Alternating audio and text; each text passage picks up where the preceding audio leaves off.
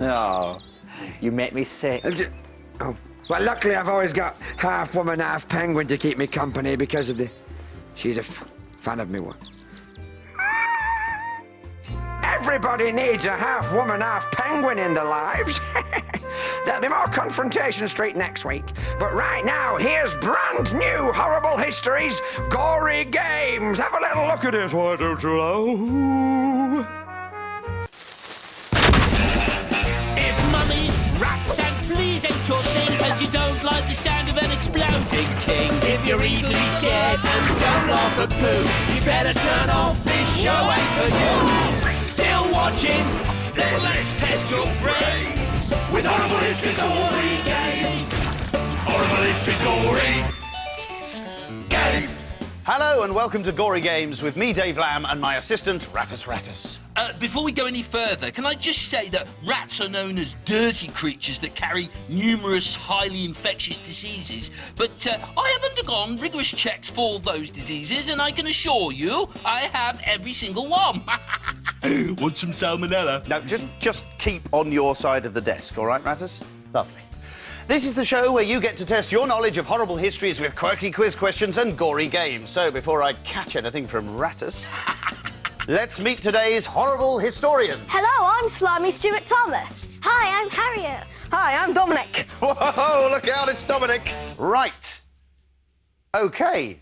Sorry, have you not got one of your terrible games for us at the start? No, I'm spent. Well, good. Excellent. Let's get on with today's show, then. Oh, no! Do you know what? We could play a game from ancient Greece that I like to call Don't Cry For Me. Great. This contest used to take place in front of a statue of Artemis. Now, Spartan boys were super tough, so this game is a real test of endurance. Basically, each of our contestants is flogged until they cry out in pain. Last one to cry out wins. What? Ah, right then, Dave, if you'd be so good as to do the flogging, because my little arm... No, don't panic, all right? Absolutely not. That is not going to happen. Not on my watch. You can't flog our contestants. Oh, come on, I'm bringing history to life. Well, me too. Throughout history, rats have travelled long distances aboard ships, just as you're about to. Uh-oh. Ow!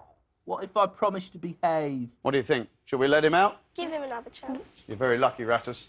But I have to say, this is your very last chance. Again? Right then, Thomas, Harriet, Dominic, you are playing to win year spheres. Each year sphere contains a historical date, and at the end of the show, your year sphere dates will be added up, with AD dates being added to your total and BC dates being subtracted from it. So if these were your year spheres, we'd add 1,215 and then subtract 480, giving us a total of, Rattus? Does it start with a 7? It does. Does it end with a 5? Yes. Has it got a 3 in the middle? It has. Is it 24? It's not. It's 735. At the end of the show, the person with the highest year score will win a unique historical prize. Something I picked out of the time series myself. Something that you'll never, ever forget. Mainly because you'll never be able to wash off the smell.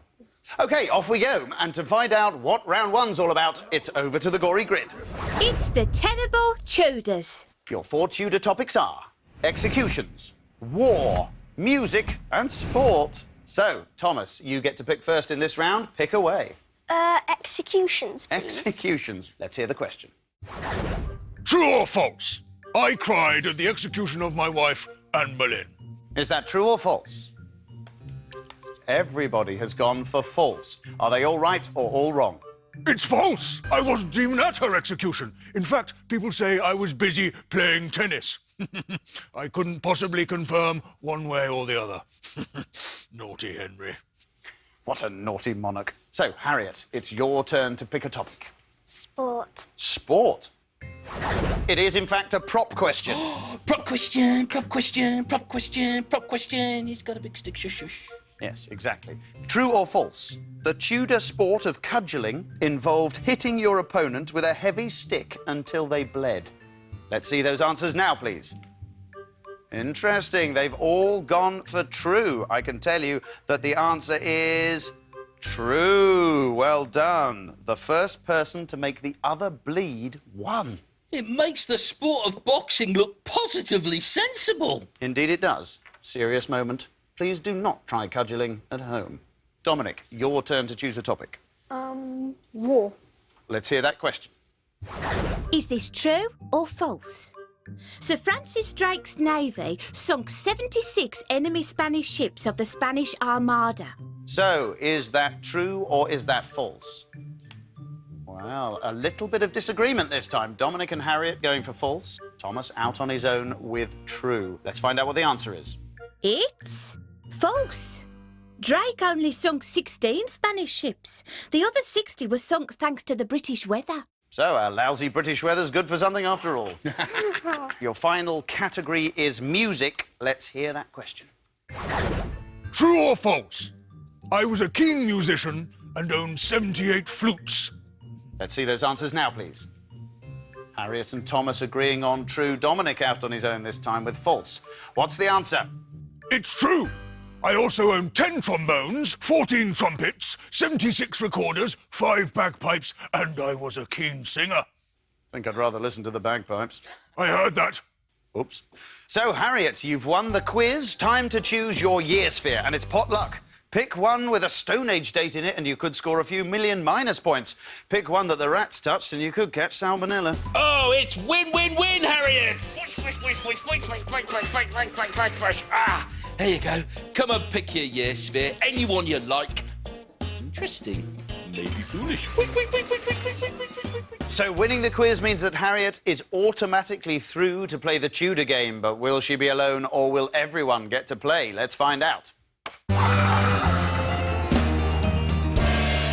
It's an all-play brainy game, so it's off down the time sewer with a lot of you. Go on, Dominic, lead off.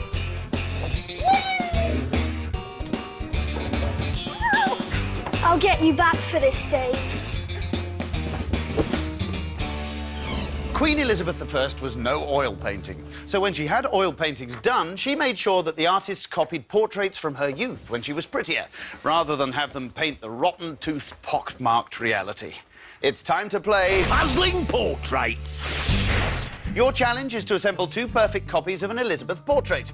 The only problem is your 2 puzzles are made out of differently shaped pieces.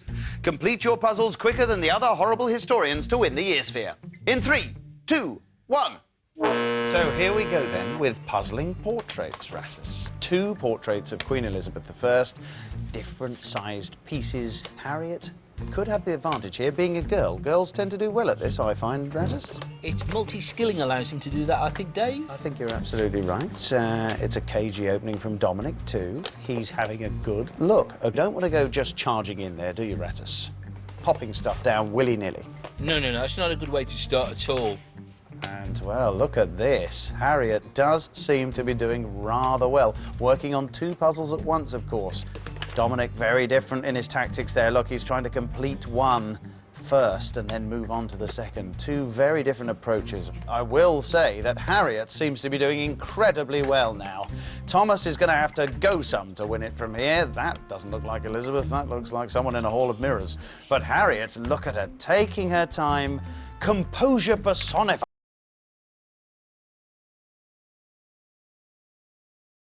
Queen Elizabeth I is. She really does look like she's up to something in that portrait. Well, I'm glad you said that because, of course, her distant relative Elizabeth II still very much alive. If she happened to be watching, that could be trouble for you, Rattus. Big trouble. She's just as shifty looking. Well, he said it again there, Ma'am. I want to make it clear that's not my opinion. But in the meantime, Harriet is doing extremely well here. She's only got a couple of pieces remaining. It's looking very, very good for Harriet. Yes, it's all over. 2 portraits completed. And there she is. Double single-digit salute. Oh, Harriet is someone who knows how to celebrate. Harriet, go and pick up your year sphere. Well done. Was it not complicated for you doing them both at the same time? I've had a lot of experience with 750-piece puzzles. Right, and this was only about 20 pieces with the 2 of them, wasn't it? On to round 2, and to find out what's up next, it's over to the gory grid. It's the Rotten Romans. And here are your 4 Roman topics. Toothpaste, emperors, cabbages, and punishments. So, Harriet, it's your turn to pick first this time. What's it going to be? Toothpaste. Toothpaste. What did we Romans use for toothpaste? A. powdered rat brains, B, powdered mouse brains, or C, powdered crocodile skin? Let's see those answers now then, please. Interesting. Everybody has gone for B. Are they all right or all wrong? The answer is B, powdered mouse brains, minty fresh and squeaky clean. Obviously, a powdered rat brain would be absolutely no use at all. Far too small. Right, Dominic, your turn to pick a topic. Emperors. Emperors. Let's hear that question. Emperor Caligula was very hairy and was said to look like which animal? A, a monkey, B, a goat, or C, a rat? Let's have a look at those answers. Everybody has gone for A. Let's see if they're right. The answer is B, a goat. In fact, Caligula was quite touchy about it. If you said the word goat in his presence, he would have you executed. Of course, being told you look like a rat would just be a compliment. In your dreams.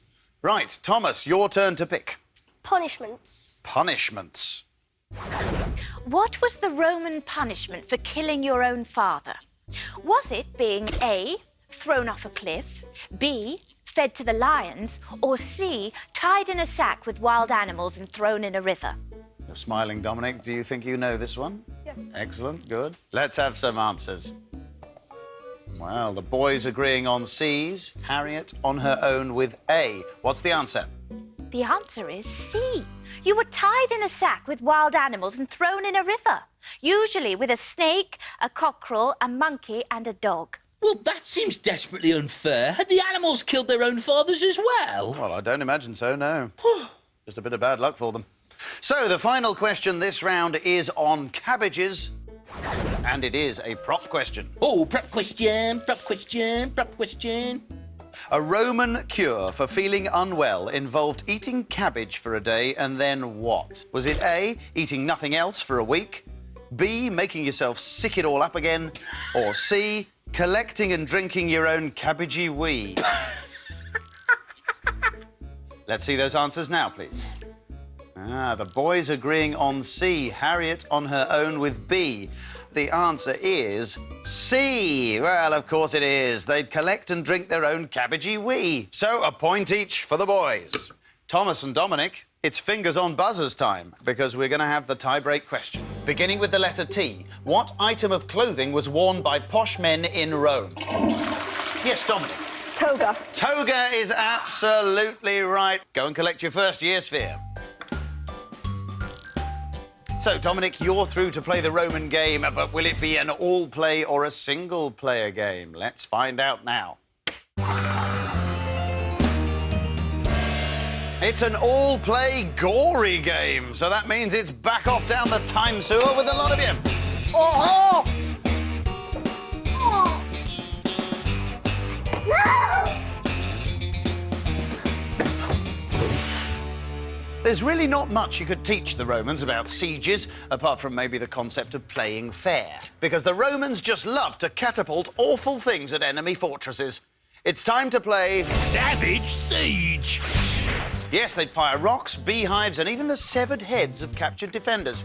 Your challenge is to fire as many missiles into your fortress target as possible. The person who gets the most in the time limit wins the year sphere. So, catapults at the ready in 3, 2, 1...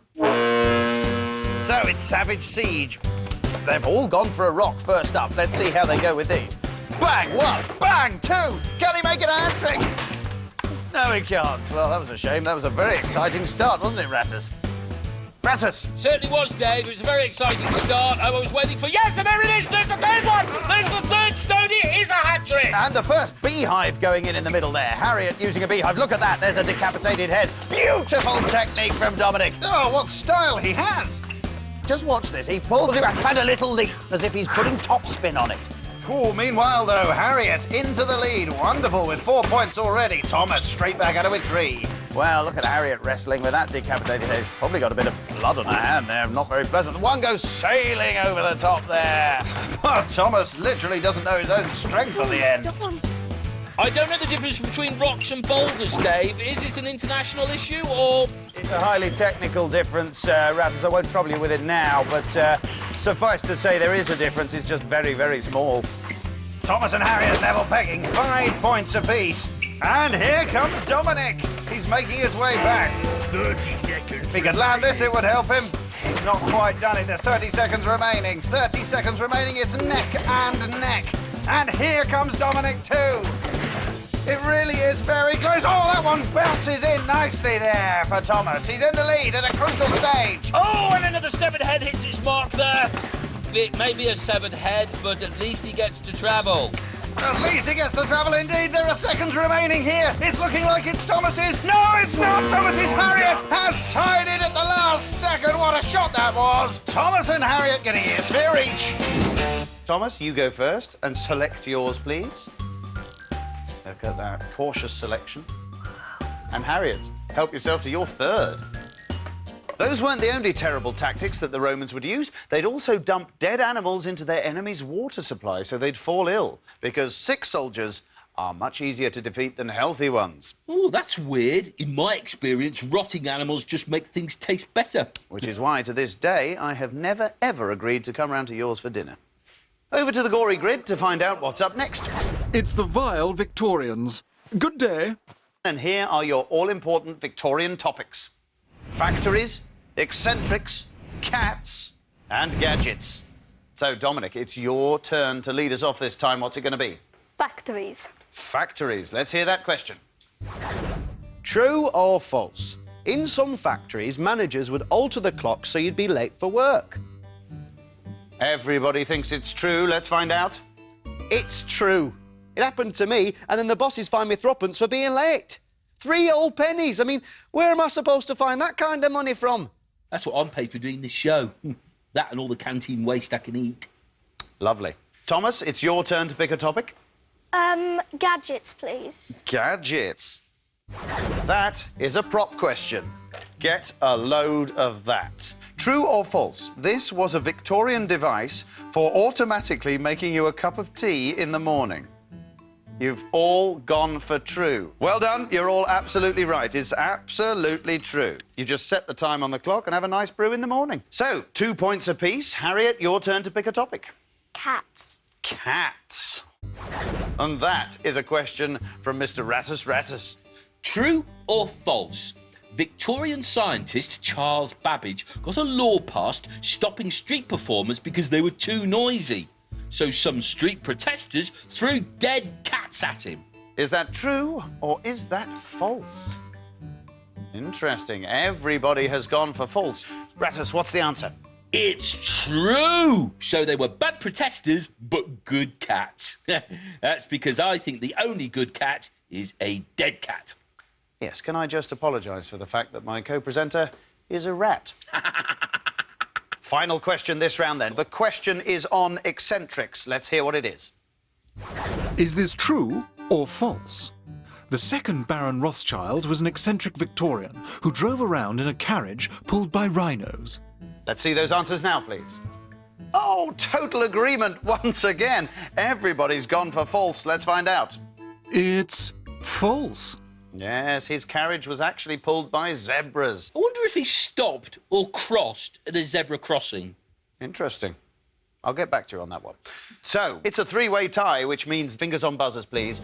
Beginning with the letter H. What was the surname of the famous detective created by Sir Arthur Conan Doyle? Sherlock. Dominic. Holmes. Holmes is absolutely right. Well done, Dominic. Help yourself to another year sphere. OK, Dominic is the quiz winner. He's through to play the Victorian game, but will it be just him, or will the others get to play too? Let's find out. It's a single-player, brainy game. So, Dominic, engage the old grey matter and get yourself down that time. Isambard Kingdom Brunel was a brilliant professional engineer but a rubbish amateur magician. He once made a coin disappear, but not quite how he'd planned. He managed to get the coin lodged in his windpipe. He eventually dislodged it using a clever device. It's time to play... Barmy Brunel! Your challenge is to work out which cog goes where. Once they're all in the right place, you can turn the wheel and flip the patient, upside down to dislodge the coin and win your year sphere. But be quick, you're against the clock, which is starting to tick and also to tock. Now... Here goes Dominic with Balmy Brunel. There you go. That's a tiny little cog. That's no use. That's not going to work, Dominic, but he's quickly worked that out. I like that about this lad. He works things out quickly, doesn't he, Rattus? He's certainly considering each cog in turn, Dave. Yeah, that's the way to do this. It's trial and error, and again, he's understood that that is just too small for that slot. So well played, Dominic. Lovely. And that is a likely-looking cog for me. That's going to slot neatly in there next to the crank cog. And there it is. Beautiful. The first cog in place. Now, what's he going to do now, Rattus? He's going to try another cog, Dave, as that's the fundamental principle of the game. Yeah, well, very good. Well done. I think Brunel seems to be asleep. Let's hope he's not choking too badly, of course. The coin currently lodged in his throat. Let's hope he's still alive, because Dominic's taking his time, as he should. But it's time well spent, I have to say that.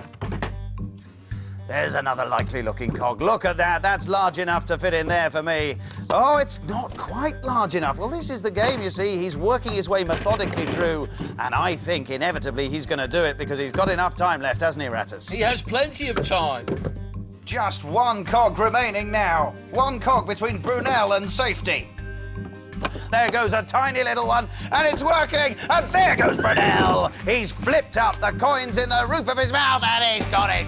Yes. Dominic has the saliva-covered coin. He is a lifesaver. Well done, Dominic. Help yourself to another year sphere. Isambard Brunel was probably the greatest Victorian engineer, famous for designing bridges, railways and steamships. People called him the Little Giant, because the great man was only 5 foot tall. Thereby proving great things come in small packages. Sometimes. Over to the Gory Grid one last time to find out who we've got. It's the measly Middle Ages.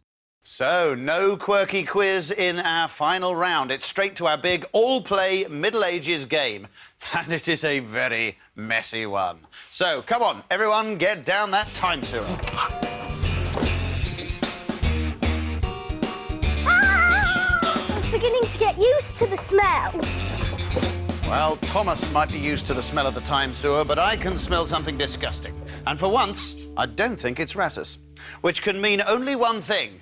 Let's have a go at... Gong farming. Gong was a Middle Ages word for poop. Your job is to collect the gong from the cesspit, carry it along your lane and slop it into your measuring cylinder. Whoever collects the most collects the year sphere, but beware. Some Middle Ages types would poo directly onto the street below, so your lane is going to get very, very slippery. Ready? Steady? Get slopping. Here we go then with gong farming, and Thomas is off to a flyer. Look at that, he's got down to his bucket of poo first. There we go. They've all got a good bucket full there, Dave. They certainly have. They've got to make their way very carefully because once the lane becomes slippery, it's very difficult to deal with. And Thomas, oh dear me, Thomas is down already, and that could be disastrous for Thomas. I'm sorry, you do not want a wet lane at this stage of proceedings. And his is soaking, and his trousers are soaking. He can barely stand up. Look at that, he's all over the shop. It's no good, Dave. There's laughter, he's smiling. I think he's really lost his impetus. He's just enjoying rolling around in poop. Yeah, and why wouldn't he? Why wouldn't he? Meanwhile, of course, Harriet is getting on with the game. And look at that. That's a full bag's worth she's delivered there, and so too has Dominic. That's an impressive score. That's 2 full buckets of poop she's managed to get across already. Yes, and Thomas is desperately trying to stand up, and it's not working for him. I think he's gonna throw that bucket. I mean, that is desperation at this stage of the game, to be throwing your bucket at the measuring cylinder, and he's missed by a considerable distance. Wouldn't have mattered if it had have hit it, Dave. It had nothing in it. It was an empty bucket. As indeed is Harriet. She's just delivered another massive payload, and so too has Dominic. They're both doing incredibly well. Thomas isn't. Lord alone knows what's going to happen when the poo drops from above, which it surely will fairly soon now. And look at him, he's absolutely struggling, forlornly takes his bucket back to the other end, having emptied precisely... And there goes the poo! And if we thought he was in trouble before, boy, oh boy, is he in trouble now. They all are. There may not be much more poo scored in those measuring cylinders from this point on, because it's going to get terribly heavy underfoot, I think. And there he is, plucky Thomas. He hasn't moved for the best part of this game. Harriet is now covered in quite a lot of poo herself. Oh, now this is clever. Dominic is either attempting to make a run for it, or he's using the side of his lane to make his way back. They're running out of time here, and Thomas falls over the 73rd time during this game. Time's up. And it really is all over now. And Harriet has collected the most poo, and Thomas has done absolutely nothing. Unless, of course, you count rolling around, falling over, and laughing. Back behind those podiums. Thomas, talk us through that. Well, I ran back, slipped, poo everywhere, and then I was slipping and sliding about for the rest of the event. But your measuring cylinder was absolutely bone dry. No, because I don't think I've ever seen a more messy contestant. You were rolling around in poo from start to finish. So help yourself to another year sphere, Harriet. Choices. Is that a good one or is it a bad one? Time to count up those year spheres. And remember, AD years are added to your total and BC years are subtracted from it. Thomas, let's have a look at it. What is it? Oh, Thomas, it's 305 BC. Alexander the Great conquered Egypt that year, so that leaves you with a minus score. Harriet, let's start with yours. 1840 AD, Queen Victoria married Prince Albert. Let's have a look at the second one. 1492 AD, Christopher Columbus discovered the New World. And the third. 1665 AD, the plague happened round about then. Let's have a look at your final sphere. Oh, it's another AD, 1805 AD, the Battle of Trafalgar. That has given you a very, very impressive total indeed, Harriet. You've ended up with 6,802. So, Dominic, that is your total to beat. Oh. 1415 AD, Henry V beat the French at Agincourt. Let's have a look at that second one. I think this is going to be a BC. Well, you're wrong. It's 978 AD. Ethelred the Unready became King of England that year. Let's have a look at your final sphere. Oh, it's a BC, but it's not disastrous. It's 449 BC. Sea Battle of Salamis between the Greeks and the Persians, which means you're comfortably in second place with 1,944. So all that means that today's winner with a score of 6,802 is Harriet. Congratulations, Harriet. You go home with our star prize. The kind of prize you can only win on this show. Because, sadly, it's just some old rubbish that Rattus has fished out of the time sewers. Come on then, Rattus, do your worst. Well, when it comes to Vikings, everyone always remembers all the killing and the burning and the pillaging, and they forget about all the really important stuff, like how they had excellent ear hygiene. And to prove it, today's prize is a genuine Viking ear spoon. Rattus, tell me you've at least cleared out the earwax. Of course I have, Dave. Viking earwax is delicious. There you go, Harriet. I hope you enjoy it. Well, it just remains for me to say thanks to Thomas, Harriet and Dominic, and no thanks whatsoever to Rattus. I like to serve. You've been watching Gory Games. Goodbye. Was that show messy enough for you? Or would you have preferred a little more poo? Have you had your fill of blood, guts and gore? Or have we left you still wanting more? Well, keep watching. We'll be back again. With Horrible Histories Gory Games. Horrible Histories Gory Games.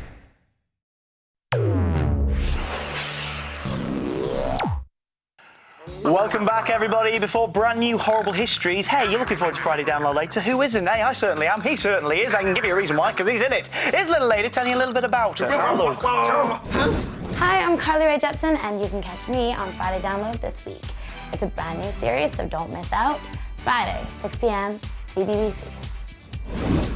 Oh, wow, that's Mrs. Call Me Maybe. Call me definitely. In the meantime, you can call him Hacker, him Dodge, me Chris, and this Mr. Aidan Davis from Friday Download, the world's second greatest dancer. That's right, numero dos. But he's here. Whoa. Yeah? Did you say number 2? Yeah, that's factually correct. Who's this magical number one that you Who's number one? Yeah. Aidan, give it over. It's me! See, look at that. It's easy, isn't it? Hey, look at that. Hey, got the thing. Thank you. Well done, young. Whoa. Play the music. That's how it's supposed to be done.